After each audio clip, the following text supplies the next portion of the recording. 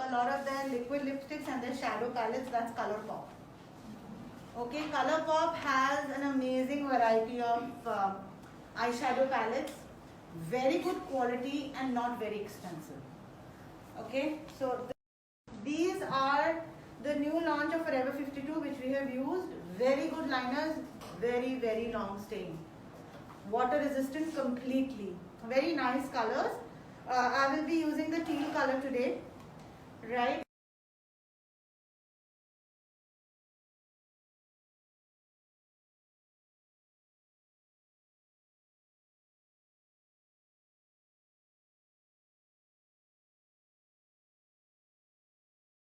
Favorite highlighters. Okay, I use them all the time.